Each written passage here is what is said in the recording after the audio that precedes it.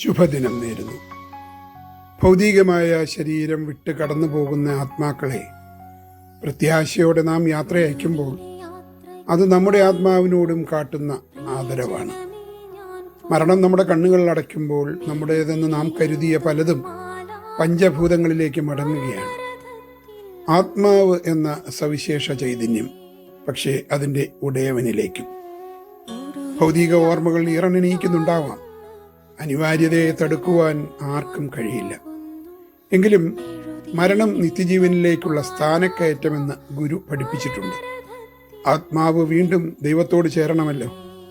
നമുക്കും ഒരുക്കങ്ങൾ ഉണ്ടാവണം. ശുഭദിനം നേർന്നുകൊണ്ട് തോമസ് പി ജോൺ.